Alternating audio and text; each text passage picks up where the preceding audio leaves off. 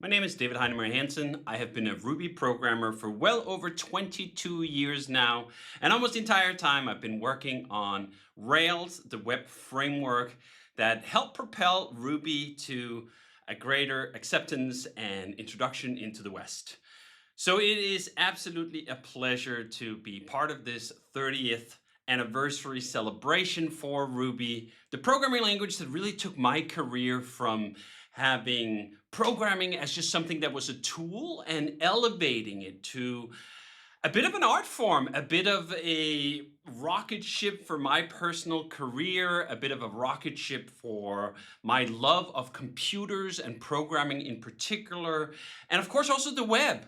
The story of Ruby is linked very closely with the story of Rails after the 2000s, and all of that is due to the web. And I think it is just such an incredible achievement that Ruby has been able to not just stay relevant during this entire time. 30 years is a really long time for any piece of technology, and certainly a programming language like Ruby.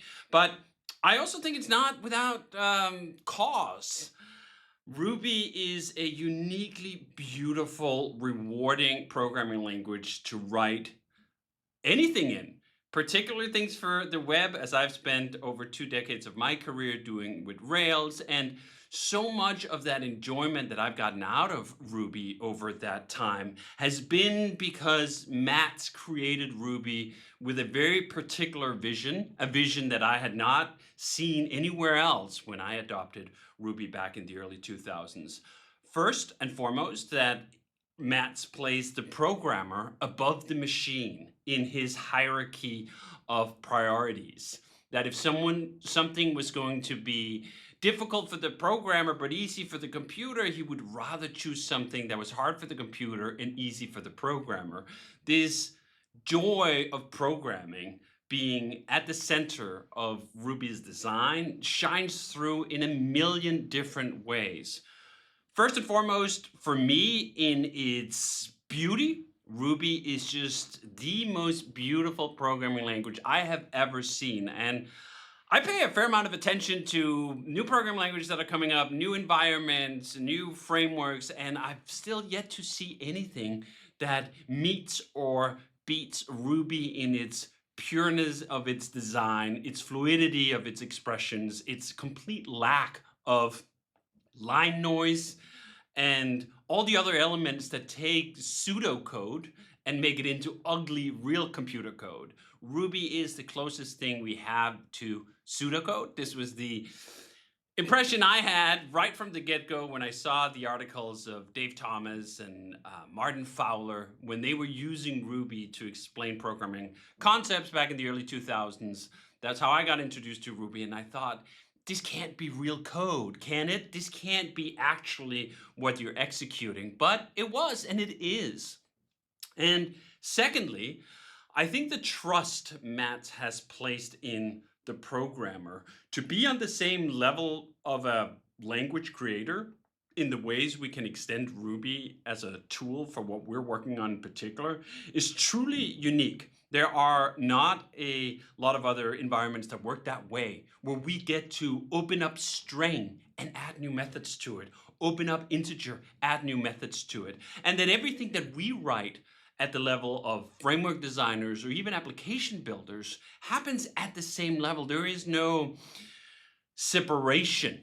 When I write active record, for example, and we have has underscore many, it looks like it's a keyword. It looks like it's the same as the attribute accessor keywords that we have or class methods that we have. And I think being able to blend those things together, that we have a beautiful core language that does so much already, is not afraid of being maximalist in how much it offers out of the box. When you look at the core classes like array, like string, like integer, it just has a ton of really useful methods, far more than when I spend time, for example, with JavaScript, that is incredibly bare boned in comparison. It requires a lot of libraries to add on top. And none of those libraries exist at the same level as the language designer himself. So you end up with a two-tiered design system, not so in Ruby. And with Ruby on Rails, I feel like I really got to take full advantage of that. Take a general purpose programming language like Ruby and turn it into something that feels like it was written explicitly for web application developers. Active support, which is the place in Ruby on Rails where we get to extend these base classes and other core utilities to it, feels like it's a continuation of the story Mats has been writing since the 90s. And I get to be a co author on that book when the target audience is web developers.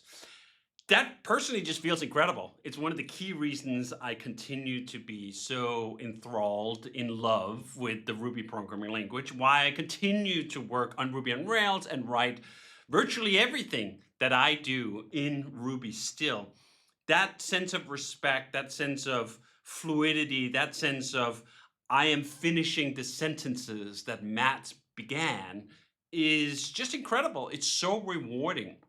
And I think what's really satisfying for me about building Ruby on Rails over the past 20 years is that it has allowed me to introduce Ruby to a much broader audience than what we had prior to Rails, at least in the West, and allow so many more people to be able to experience Ruby, the joy of Ruby, writing their own Ruby, using something like Rails, but also continuing on and finishing the sentences that Rails left incomplete for their particular work.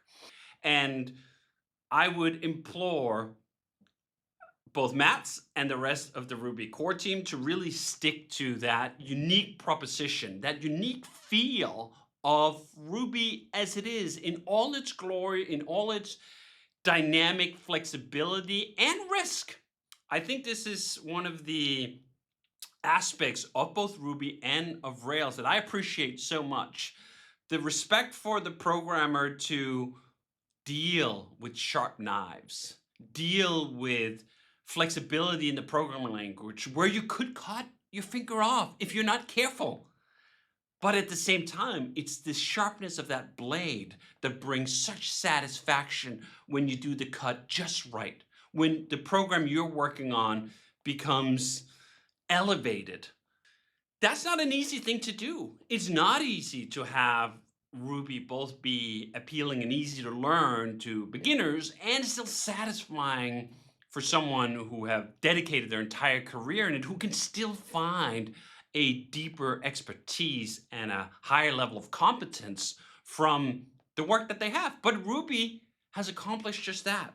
And on its own term, without bending to these other pressures and trends that we've seen in development over time.